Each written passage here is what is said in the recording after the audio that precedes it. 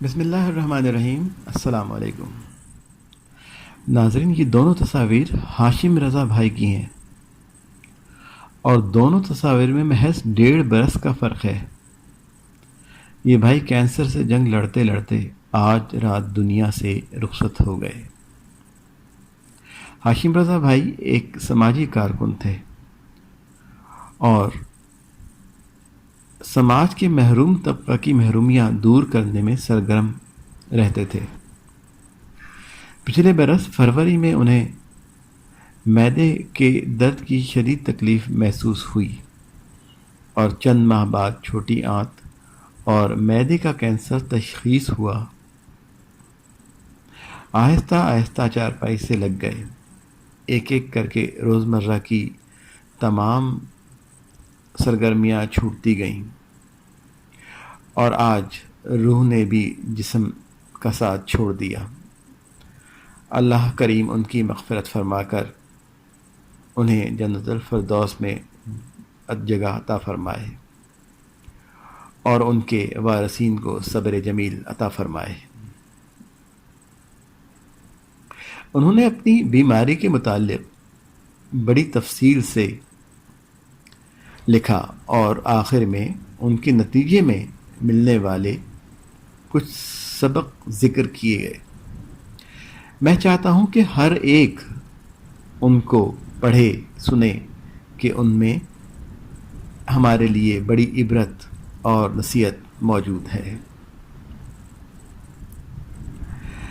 کہتے ہیں کہ جب معدے نے ہضم کرنا چھوڑ دیا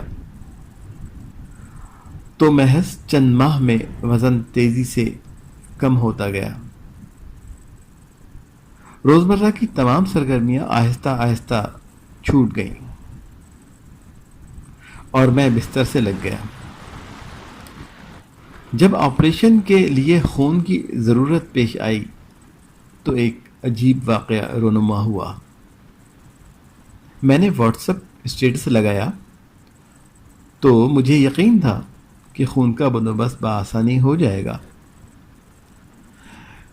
کیونکہ میرے ساتھ کافی ساری blood societies, blood N G Os اور بلڈ ایکٹیوسٹ جڑے ہوئے تھے، لیکن مجھے اس وقت بے حد حیرانگی ہوئی کہ 600 سے زائد قریبی لوگوں نے میرے اسٹیٹس کو دیکھا، مگر چند دوستوں کے سوا کسی نے پوچھا تک نہیں کہ آخر مجھے کس لیے خون کی ضرورت ہے۔ خون کا بندوبست تو ہو گیا، لیکن مجھے اس سے بڑا شوق لگا۔ کہتے ہیں کہ زندگی کے سکھانے کا اپنا ہی انداز ہے، اور میں نے ان مشکل حالات سے، زندگی سے بندرجہ ذیل بڑے اہم سبق سیکھے ہیں۔ نمبر 1، خود کو اللہ کے سپرد کر دیں کہ آپ کے کنٹرول میں کچھ بھی نہیں ہے، آپ ناقابل تسخیر ہرگز نہیں ہیں۔ نمبر 2،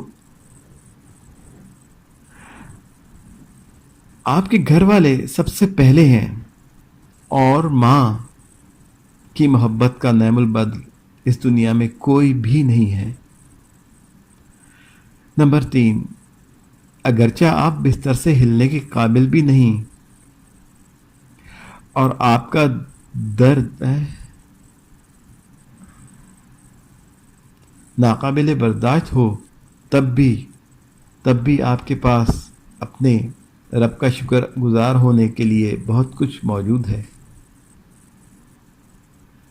ہم بہت محدود ہستی ہیں جو بعض اوقات کسی خاص معاملے کی وجہ سے یا وقت کا تعین تبھی کر پاتے ہیں جب بہت دیر ہو چکی ہوتی ہے۔ نمبر 5، آپ کے ہونے یا نہ ہونے سے کچھ خاص لوگوں کے سوا کسی کو کوئی فرق نہیں پڑتا، لہذا آپ جاننے کی کوشش کریں کہ آپ کی زندگی میں وہ خاص لوگ کون ہیں اور ان کی پہلے سے ہی قدر کیجیے۔ نمبر 6، کچھ لوگ اپنے بن کر آپ سے خوب فائدے اٹھانے کی کوشش کرتے ہیں، لیکن وہ مشکل وقت میں آپ کے کسی کام نہیں آتے۔ ایسے لوگوں سے خبردار رہیں اور امید مت رکھیں۔ نمبر 7، تھوڑے مگر ستھرے، کم مگر مخلص لوگوں سے دوستی رکھیں۔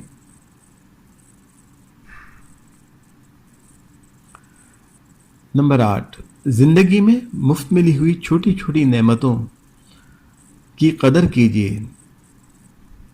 کسی سے بات چیت، پارک میں چہل قدمی کرنا، باقاعدہ کھانا کھانا، ہنسنا، بھرپور نیند لینا اور چھوٹے موٹے کام کرنے کے قابل ہونا، یہ وہ نعمتیں ہیں کہ جو شاید آپ کے لیے معمولی ہوں، لیکن میں آج ان سے محروم ہوں اور انہیں ترستا ہوں۔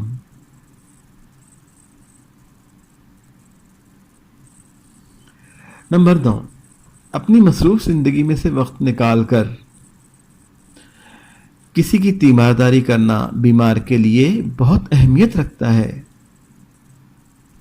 اسی وجہ سے ہمارے پیارے رسول اللہ صلی اللہ علیہ وآلہ وسلم نے اس کو سنت بھی قرار دیا ہے۔ نمبر 10، جانیں کہ آپ کے لیے واقعی اہم کیا ہے۔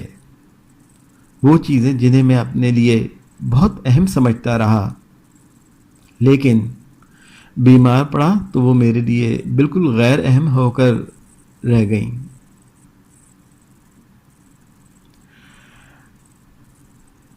نمبر 11، کچھ عام لوگ آپ کے لیے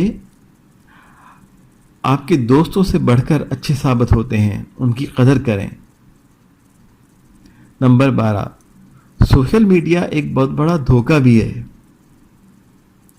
یہ ہمیں انسان سے حیوان بھی بنا رہا ہے اور ہم انسانی ہمدردی سے محروم ہوتے جا رہے ہیں۔ اس کا خیال رکھیں۔ نمبر 13، ہر قسم کے حالات میں ہمارے سیکھنے کے لیے بہت سے سبق ہوتے ہیں، لہٰذا ان سے سبق سیکھا جائے۔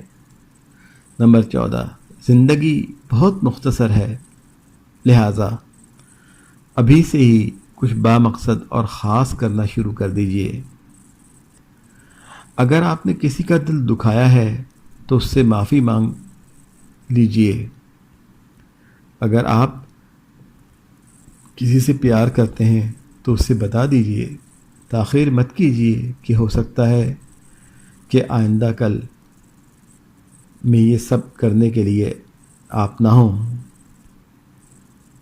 نمبر 15، اس دھوکے میں پڑنا بہت آسان ہے کہ میرے بغیر دنیا نہیں چل پائے گی، مگر سچ یہ ہے کہ اسے ہمارے ہونے یا نہ ہونے سے کوئی فرق نہیں پڑتا۔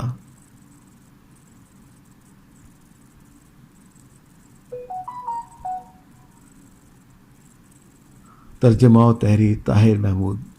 اللہ تعالیٰ محروم کی مغفرت فرمائے۔ اللہم صلی علی محمد و آل محمد و عجل فرجہم ولعن اعدائہم۔